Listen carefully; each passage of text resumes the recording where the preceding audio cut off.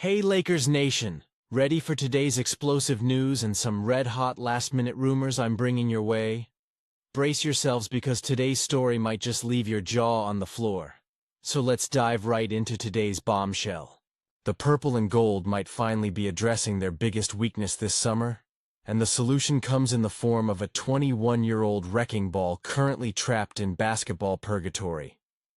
That Game 1 beatdown from Minnesota exposed what many of us have been screaming about all season. This Lakers squad simply lacks the physical presence needed to bang with the big boys of the Western Conference. Let's be real. Watching the Timberwolves push our guys around like shopping carts was painful.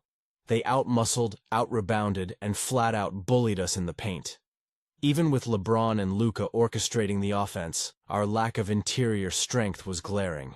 Jackson Hayes tries his best, but the man gets moved like a feather against the West's dominant centers. Now here's where things get interesting. Word around league circles suggests Rob Pelinka has his sights set on Detroit's young powerhouse, center. This kid is exactly what the doctor ordered. A legitimate enforcer who plays with the kind of physical presence that makes opponents think twice before driving the lane.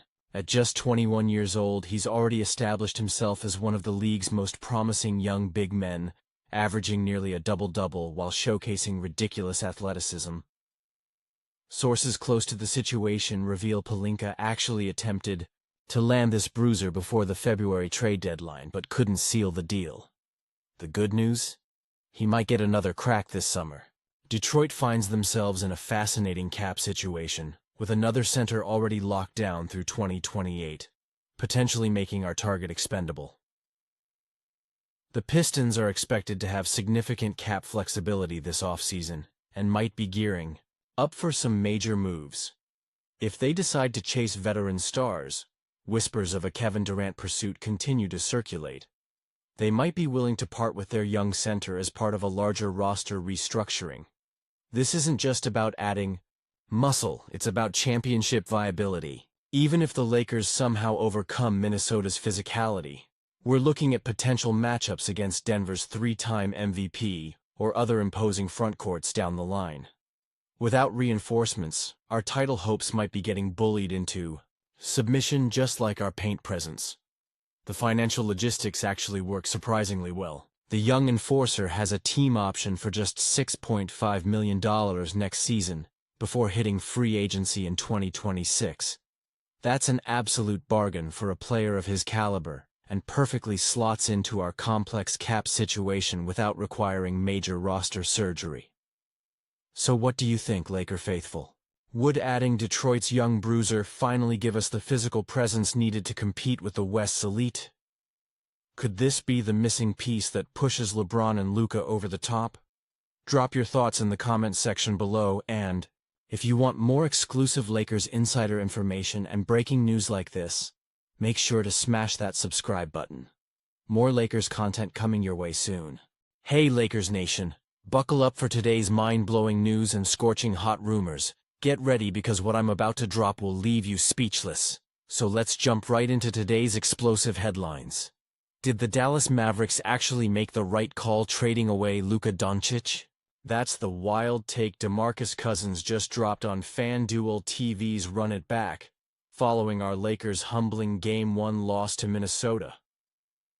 After watching the Timberwolves dismantle the purple and gold 117-95 at Crypto.com Arena, Boogie raised eyebrows when he questioned if Mavs GM Nico Harrison was actually justified in shipping off the Slovenian superstar. Regarding Luka, was Nico wrong? Cousins asked pointedly, adding, I mean, on defense. Let's talk about that defense, or lack thereof. Minnesota shot a blistering 51.2% from the field and an absolutely ridiculous 50% from three-point range. Even more damning, every single one of their 42 three-point attempts was classified as either open or wide open. Every single one. That's not just on Luka. That's a total team defensive collapse. But here's where Cousins' take falls completely flat. Luka literally carried the Mavericks to the NBA Finals last season. Are we seriously questioning a five-time All-Star's playoff credentials after one game? Give me a break. If anything, Doncic was the only Laker who deserved zero criticism from Game 1. The 26-year-old phenom dropped 37 points on efficient 12 for 22 shooting, grabbed 8 boards, and added a steal for good measure. Sure, the assist numbers were lower than usual, but that happens when your teammates are bricking shots left and right. Speaking of bricks, the rest of the Lakers shot a miserable 39.8% from the field. Doncic was literally the only player who shot over 50% while playing meaningful minutes. So let's pump the brakes on the Luka slander, shall we? Meanwhile, back in Dallas, Harrison's controversial decision continues to haunt him. The Mavericks had a 70% chance of making the playoffs before trading Doncic, and they ultimately fell short, losing the play-in to Memphis. Harrison recently admitted he had no idea how much Luka meant to Mavs fans, a statement so out of touch it's almost comical. Word around the league suggests Mavs owner Patrick Dumont is fuming that Harrison either didn't warn him about the fan backlash or genuinely didn't anticipate it. Harrison's days in Dallas could be numbered as his boss no longer has blind faith in his decision-making. The irony here is delicious. While Dallas executives might be updating their resumes, the Lakers are thrilled to have landed Doncic despite this Game 1 setback. The front office remains confident their Slovenian sensation will lead them to victory in Game 2 at Crypto.com Arena on Tuesday night. So what do you think, Lakers faithful? Was Game 1 just a fluke, or should we be concerned about our team defense? Can Luka bounce back and tie this series before heading to Minnesota? Drop your hottest takes in the comments below.